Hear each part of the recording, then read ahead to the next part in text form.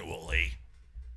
Alright, for those of us who have been around the Star Wars fandom for any amount of time, whether that's from 1977 with the original trilogy or 1999 with the beginning of the prequel trilogy, it's hard not to notice that something in Star Wars has changed. And I'm not saying this is a bad thing or a good thing, it's just different. But why? The main themes of Star Wars are still there in the sequel trilogy and the newer Disney shows and movies pertaining to the galaxy far, far away. The theme of family, belonging in a galaxy that doesn't want you, and developing close bonds with other misfits is all still present. But there's still something missing, and I want to talk about what I feel like that missing element is. But before I do, I would like to give a shout out to the people who make this video possible. All of you. I asked if anyone would like to be noted as a sponsor in my last video, and I got an overwhelming response. So here they are. Star Wars fans who just want to say they love Star Wars and enjoy this channel.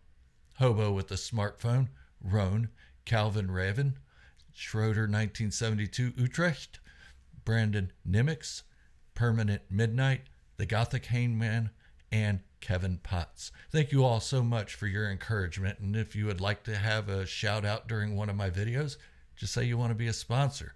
But also don't forget to listen to those sponsors and hit the subscribe button. Roughly 80% of you who watch and enjoy my videos haven't even subscribed yet. What the hell are you waiting for?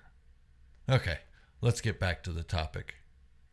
I'm not saying that anyone from my generation or the prequel generation doesn't enjoy new Star Wars content. I'm not saying that at all. There are plenty who do.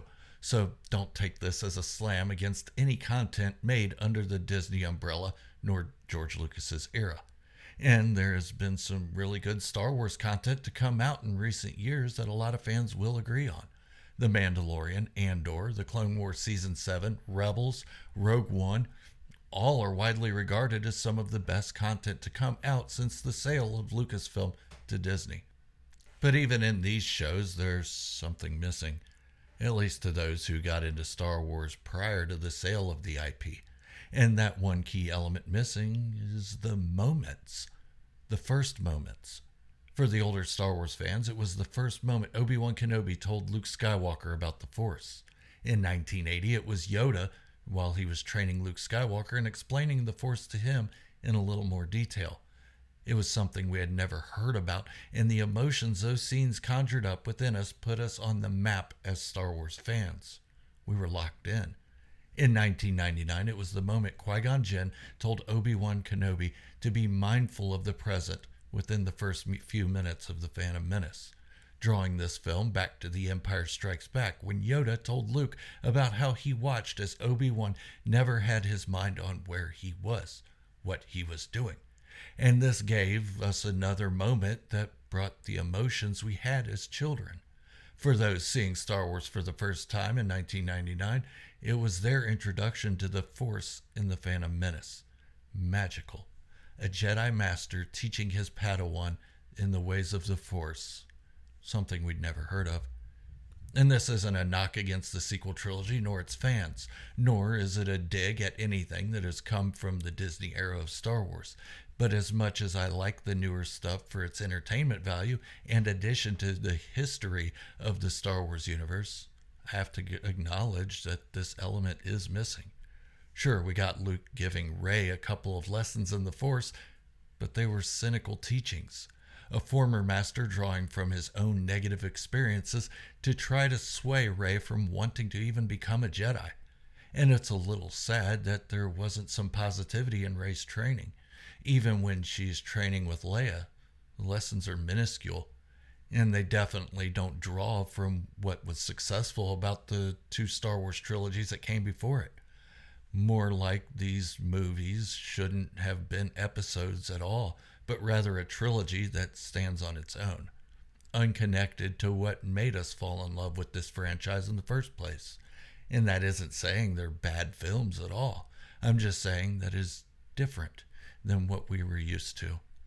There was no addition to the lore of the Force that made it loud and clear that Luke Skywalker wasn't the master that Yoda was, or even Qui-Gon Jinn. Not at this time, at least. But there's also something bigger missing from the Star Wars sequel trilogy that older fans can't quite put their finger on. Well, it took me a while, but I figured out what it was for me. I'm missing from it. And so are a lot of you.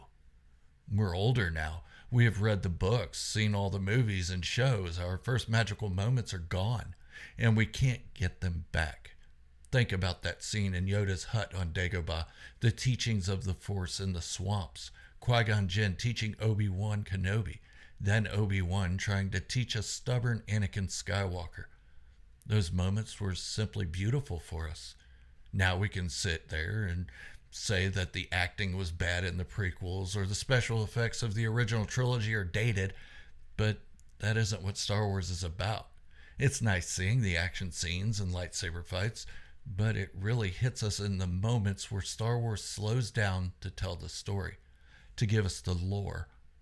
Now we're old folks, and we know so much about the Force that it's hard to feel that way again, and we really crave it to come back. And this isn't to say that Star Wars has lost its magic with the Disney era content. No, for a lot of fans who have this as their first introduction, it's just as magical as the original trilogy or prequel trilogy was to us, and still is. At a moment, I can put on The Empire Strikes Back and feel that same magic that I felt as an almost 8-year-old child. The magic is still there. With the prequels, it drew back those magical moments. But with the sequels, it's pure Star Wars entertainment, plain and simple.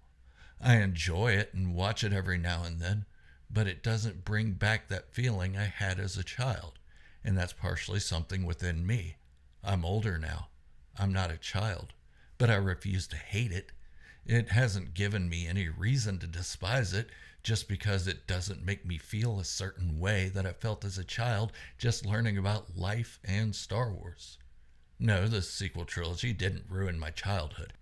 I think that's a ridiculous statement that should make a lot of people rethink their own lives and how they look to outside sources to make them happy.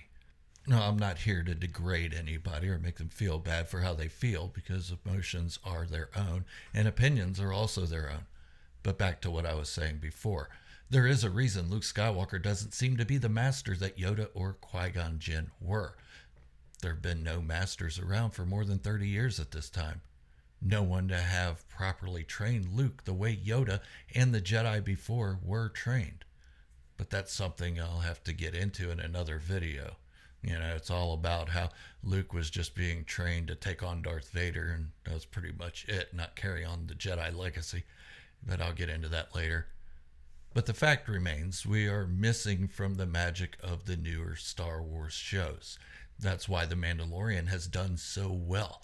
It gave us new material and magic about a culture that had barely been touched on prior. Yes, I know Rebels and the Clone Wars did a lot for the Mandalorian lore, and there were also Legends books, but it didn't go as deep into what made them Mandalorian. The Mandalorian was fresh, new, gave us a new magic outside of Jedi, a history of the Star Wars galaxy that we had never seen, a new history for the Mandalorians. Sure, there were stories and legends, but the story in The Mandalorian was a different perspective than we never considered. What happens when a sovereign planet becomes occupied by the Empire due to greed? Well, new magic. That's what happens.